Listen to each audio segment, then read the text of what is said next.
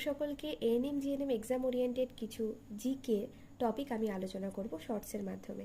আজকের টপিক হলো পশ্চিমবঙ্গ সরকারের বিভিন্ন প্রকল্প। ফার্স্ট যেটা বলবো, আনন্দধারা। এটা শুরু হয়েছিল 2012 সালে।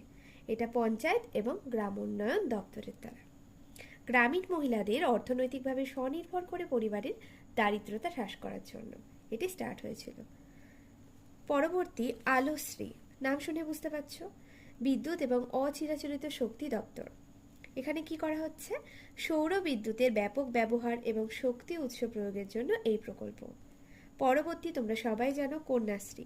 কন্যাশ্রী এসছে 2013 সালে। নারী এবং শিশু উন্নয়ন এবং সমাজ কল্যাণ উচ্চশিক্ষা দপ্তর। এই প্রকল্পের সূচনা হয় কেন? কারণ কন্যা সন্তানদের বাল্য বিবাহ প্রতিরোধ করার জন্য, দরিদ্র মেয়েদের পড়াশোনা চালিয়ে যাওয়ার জন্য এবং উচ্চ শিক্ষায় যাতে তারা শিক্ষিত হতে পারে।